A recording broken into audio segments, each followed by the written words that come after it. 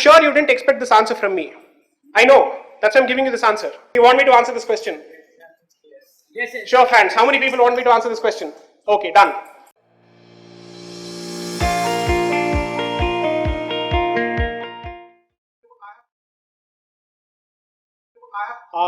Good. Come to the committee. I'm happy to answer that question. Yes. Certain classes is backward. Why Right. not they are preferred over the they are not included in that? Okay. Now, notwithstanding the fact that your question is not directly related to the topic, I'm happy to answer this question.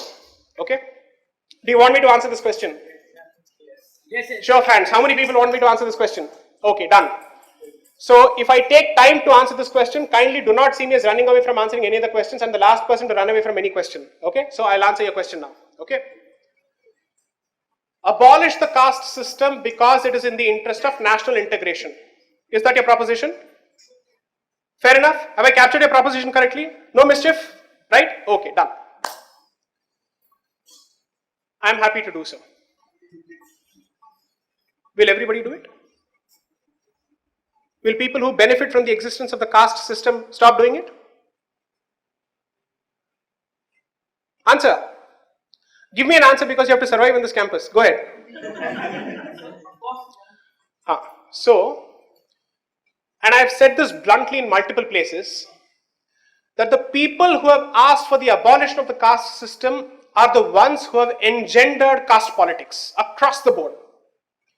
Because they have made it a habit. So when they say abolish the caste system, they've said abolish the identity of certain castes and retain the identity of certain other castes. And in the process what they've done is that they have affected social cohesion. Do it across the board. But here's the problem with it. And I'll say this bluntly myself.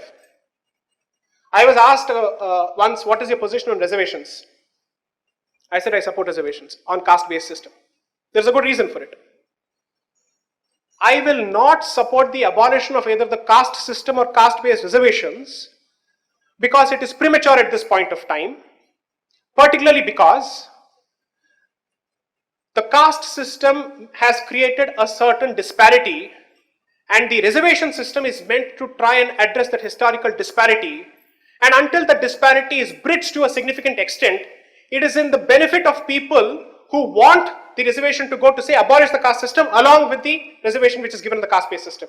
And I say this as someone who comes from the much reviled Savarna community. Let me be blunt on that. Okay. My point is very simple. Caste-based reservations are meant to ensure that a certain gap which has been created as a consequence of years of practice is addressed. Why? Because you want people to know that you're sorry for what has happened. So, which is the state which is known for its support of slavery in America? So there are two sides which fought the Civil War, the Confederacy and the Yankees, right? Sorry? Southern states, Virginia, that's the place. The Senate of Virginia comes out with an open resolution apologizing for what it did to the African Americans during the period of slavery. Now, according to me, apart from saying a sorry, it is not enough to say a sorry because this is a certain way of reparation for what you have done.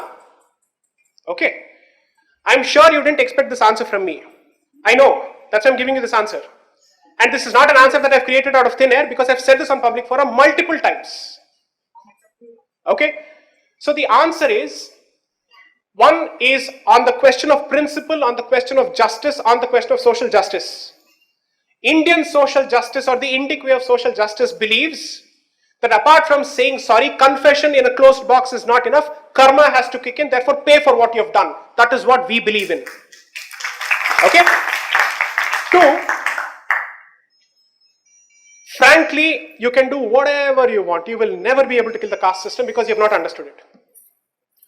You have not understood the creature called caste because you still don't know whether it is Varna, Jati or what is it.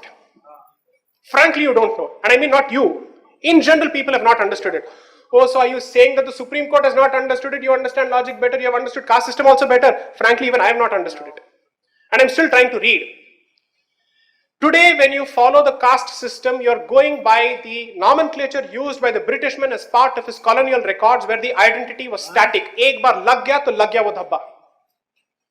Whereas the caste identity has been traditionally fluid, it has not been static. It started off as a fluid identity, went through a situation where it became so rigid that you cannot move. And then that movement was further curtailed by calling it under the brand of caste and then giving it as part of a certificate. I'll give you a simple example. There's a fantastic example. There is a community, Devendra Vellalar community from Tamil Nadu. They want themselves to be removed from the category of SCs. They said, we don't want to be under that particular category. We are perfectly comfortable fighting in the general category. The day that happens, two things will happen, and this is where most educated minds today will not be able to reconcile.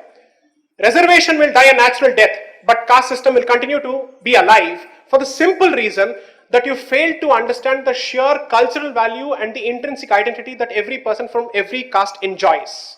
From the top to bottom, if at all there exists any, according to me, it's a horizontal structure. It was never meant to be a vertical structure. It was never meant to be a hierarchical structure. So if you actually do this, you are telling someone that you're at the bottom of the ladder when he's saying, don't tell me I'm at the bottom of the ladder, I'm at a certain place in the ladder, I will decide where I am, you will not decide for me. Okay? People who want the abolition of the caste system are the ones who will never let anyone move out from that particular caste identity because they want that particular caste identity so that they have something to talk about. So that they have something to show and point fingers at to say, as long as this particular structure is alive, I get a fantastic whipping boy as far as the Hindu identity is concerned. Therefore, read more about the caste system and ask yourself if the word caste does justice to that particular concept, to that particular system. Don't read a Wendy Doniger, read an R.C. Majumdar. Read Indian authors on this particular point. Understand more about this. In fact, in engineering campuses and medical campuses is where this discussion must start. Unfortunately, that's the place where it will not start. Because there it will start with allegations, not with facts or logic. For people who are being trained in professional degrees which are drenched and dyed in logic, this is the last place where logic will be applied. You will not touch it at all. Because you have not done enough reading. Your sources of information are what? Barkhadat, NDTV, India Today. Who else? What books have you read on this particular issue? From this end to that end, opposing points of view. Have you read Deepankar Gupta? Have you read a Conrad Elst? Have you read a Michel Danino? Have you read a Sitaram Goel? Have you read a Dharampal? Have you read a Ram Swaroop?